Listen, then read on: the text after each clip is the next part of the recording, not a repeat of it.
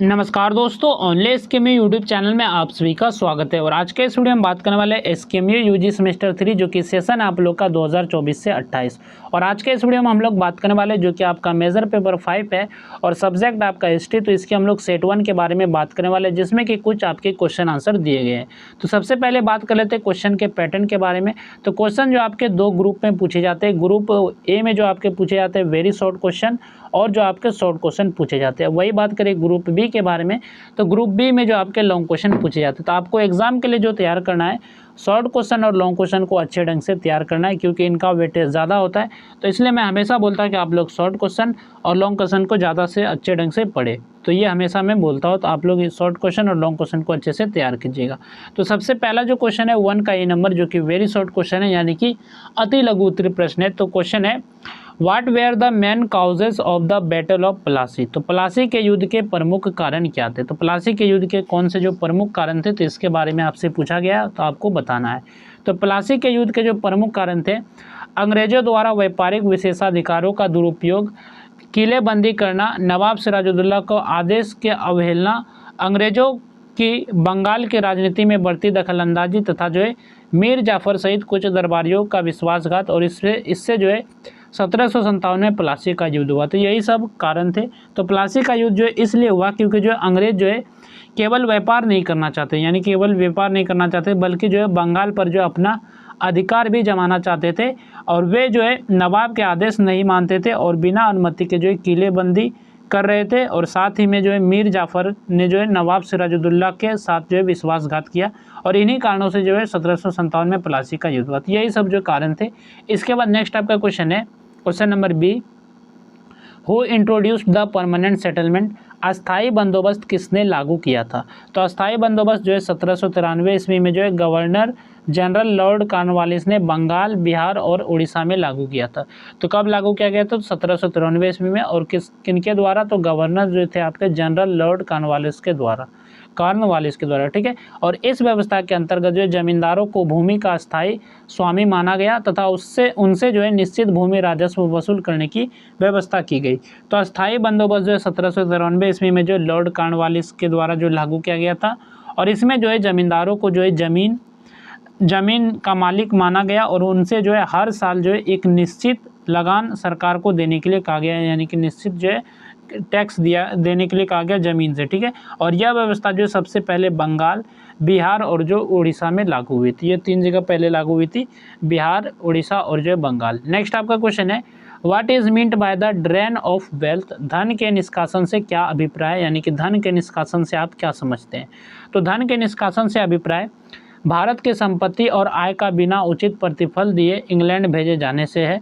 और यह धन जो है व्यापारिक लाभ, कर, वेतन, पेंशन तथा प्रशासनिक खर्चों के माध्यम से भारत से जो है बाहर ले जाया जाता था। यानी कि धन का निष्कासन का मतलब है कि भारत का जो पैसा है बिना किसी लाभ के, बिना किसी प्रॉफिट के जो है इंग्लैंड भेजना। अंग्रेज जो है भारत से कर, व्यापार का लाभ, वेतन और अन्य तरीके से जो है बहुत सारा धन जो है इंग्लैंड ले जाते थे। और इससे जो है भारत गरीब होता गया और जो इंग्लैंड जो है अमीर बनता गया। ये आपका जो है धन के निष्कासन का मतलब है। इसके बाद नेक्स्ट आपका क्वेश्चन है, name any 2 tribal revolts against British rule. British शासन के विरुद्ध हुए किसी 2 जनजातीय विद्रोहों के नाम लिखिए।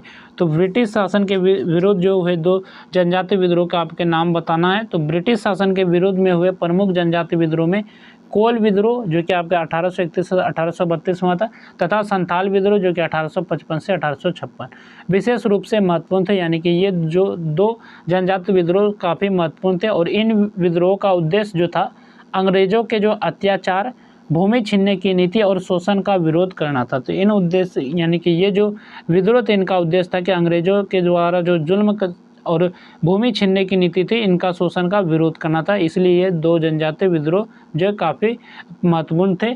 और ब्रिटिश शासन के खिलाफ जो कई जनजातीय विद्रोह किए गए, लेकिन इनमें से सबसे जो प्रसिद्ध आपका ये 2 विद्रोह है, ये आपकी कोल विद्रोह और जो आपका संथाल विद्रोह। और इन विद्रोह का जो कारण था कि अंग्रेजों का वही अत्याचार, यानी कि अत्याचार, जमीन छीनना और जनजातियों का शोषण था, तो इन्हें जो समाप्त करना था इसके विरुद्ध। ठीक है, तो इसके बाद नेक्स्ट आपका क्वेश्चन है, mention any two causes of the revolt of 1857।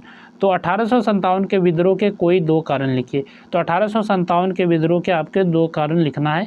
तो 1857 के विद्रोह के दो प्रमुख कारण थे। पहला जो कारण था अंग्रेजों की विस्तारवादी नीति और भारत राज्यों का विलय, और दूसरा आपका कारण था नई एनफील्ड राइफल के कारतूसों में गाय और सुअर की चर्बी होने की अफवाह, जिससे जो सैनिकों की धार्मिक भावनाएं जो आहत हुई।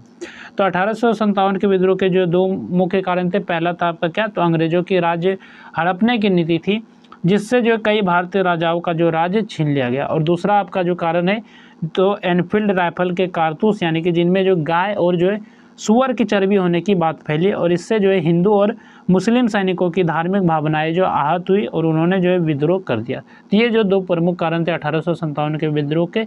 इसके बाद यहाँ से आपका शॉर्ट आंसर टाइप क्वेश्चन शुरू होते हैं, यानी कि शॉर्ट क्वेश्चन शुरू होते हैं। तो शॉर्ट क्वेश्चन पे चलने से पहले बात कर लेते हैं पीडीएफ के बारे में। तो आप पीडीएफ कैसे डाउनलोड कर सकते हैं, तो इस पीडीएफ को अगर आप लोग को डाउनलोड करना है तो पीडीएफ आपको हमारे टेलीग्राम चैनल ओनली SKMU पे मिल जाएगा, तो वहाँ से आप पीडीएफ को डाउनलोड करके पढ़ सकते हैं।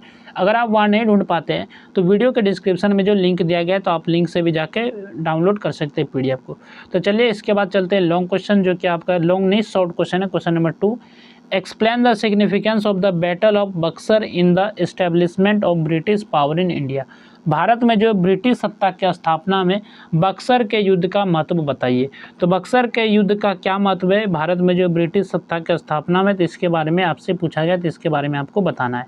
तो बक्सर का युद्ध जो है 22 अक्टूबर 1764 को अंग्रेजों और जो 3 भारतीय शासकों मीर कासिम, अवध के नवाब शुजाउद्दौला तथा जो मुगल सम्राट शाह आलम द्वितीय के बीच हुआ, यानी कि अंग्रेजों और ये 3 जो शासक थे। और इस युद्ध में जो अंग्रेजों की विजय ने भारत में उनकी राजनीतिक शक्ति को बहुत मजबूत बना दिया। प्लासी के युद्ध से अंग्रेजों को केवल बंगाल में प्रभाव मिला था, लेकिन बक्सर की जीत ने उन्हें जो है वास्तविक शासन करने का अवसर दिया।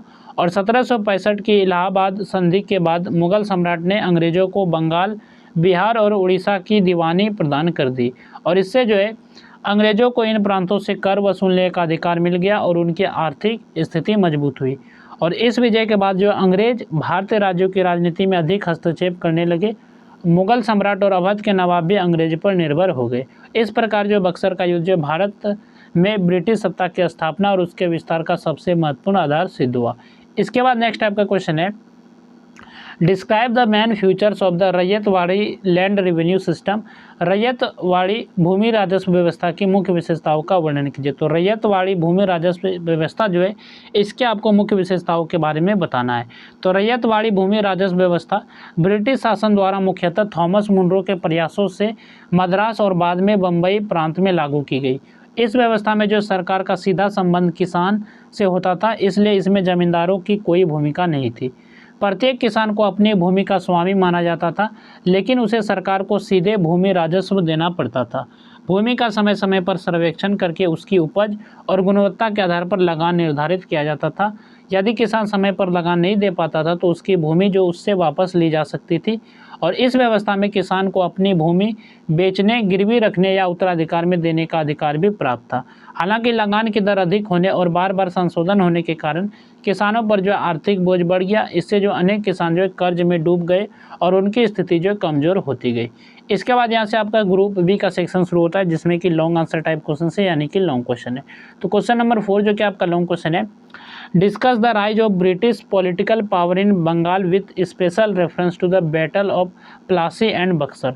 तो प्लासी और बक्सर के युद्धों के विशेष संदर्भ में बंगाल में ब्रिटिश राजनीतिक शक्ति के उदय की विवेचना कीजिए। तो ये आपका क्वेश्चन नंबर 4 है। नेक्स्ट आपका क्वेश्चन है, examine the Anglo Maratha relations and explain how they contributed to the expansion of British rule in India. तो आंग्ल मराठा संबंधों का परीक्षण कीजिए तथा बताइए कि उन्होंने जो भारत में ब्रिटिश शासन के विस्तार में कैसे सहायता की।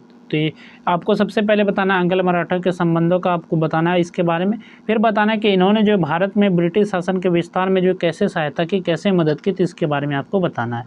नेक्स्ट आपका क्वेश्चन है question number 6, describe the administrative structure and policies under the East India Company with special reference to the home government, civil service and judicial organisation. तो ईस्ट इंडिया कंपनी के जो अधीन प्रशासनिक संरचना एवं नीतियों का वर्णन कीजिए। गृह सरकार, सिविल सेवा तथा न्यायिक संगठन पर विशेष प्रकाश डालिए। तो ये क्वेश्चन नंबर आपका 6 है। नेक्स्ट आपका क्वेश्चन है क्वेश्चन नंबर 7 जो आपका है, compare the permanent settlement, Mahalwari and ryotwari land revenue systems, discuss their impact on the Indian economy and society. तो अस्थायी बंदोबस्त, महलवाड़ी तथा रैयतवाड़ी भूमि राजस्व व्यवस्थाओं की तुलना कीजिए तथा उनके भारतीय अर्थव्यवस्था और समाज पर प्रभाव का मूल्यांकन कीजिए। तो आपको तीनों चीज़ को बताना है, अस्थायी बंदोबस्त, महलवाड़ी तथा रैयतवाड़ी भूमि राजस्व व्यवस्था। इसके बाद आपसे जो है पूछा गया कि इनमें जो है भारतीय अर्थव्यवस्था और समाज पर क्या प्रभाव पड़ा इन तीनों चीज़ों का, तो इसके बारे में आपसे पूछा गया है। नेक्स्ट आपका क्वेश्चन है क्वेश्चन नंबर 8 है आपका, explain the causes and consequences of deindustrialization under British colonial ruler in India. तो ब्रिटिश औपनिवेशिक शासन के दौरान उद्योगों के पतन के कारण और परिणामों की व्याख्या कीजिए। ये आपका क्वेश्चन नंबर 8 है। नेक्स्ट आपका क्वेश्चन है question number 9, discuss the causes, nature, expansion, results and impact of the revolt of 1857। 1857 के विद्रोह के कारण स्वरूप, विस्तार, परिणाम तथा प्रभाव का विस्तार से विवेचन कीजिए। तो ये क्वेश्चन नंबर आपका 9 है। और आप लोग को अगर पीडीएफ डाउनलोड करना है तो ये पीडीएफ आपको हमारे टेलीग्राम चैनल ओनली एसकेएमयू पे मिल जाएगा, तो वहाँ से आप डाउनलोड कर सकते हैं। अगर आप वहाँ नहीं ढूंढ पाते तो वीडियो के डिस्क्रिप्शन में लिंक जाएगा, तो वहाँ से भी आप जाके पीडीएफ को पढ़ सकते हैं। तो सबसे पहले बात कर लें कि ये जो वीडियो था ये था आपका सेट 1 मेजर पेपर 5 जो कि सब्जेक्ट था आपका हिस्ट्री। तो ये आपका सेट 1 कंप्लीट होता है। बाकी और भी सेट का वीडियो आएगा, तो फिलहाल आप लोग जो इस सेट को अच्छे से तैयार कीजिएगा। तो चलिए फिर मिलते हैं नेक्स्ट वीडियो में। इस वीडियो में बस इतना ही।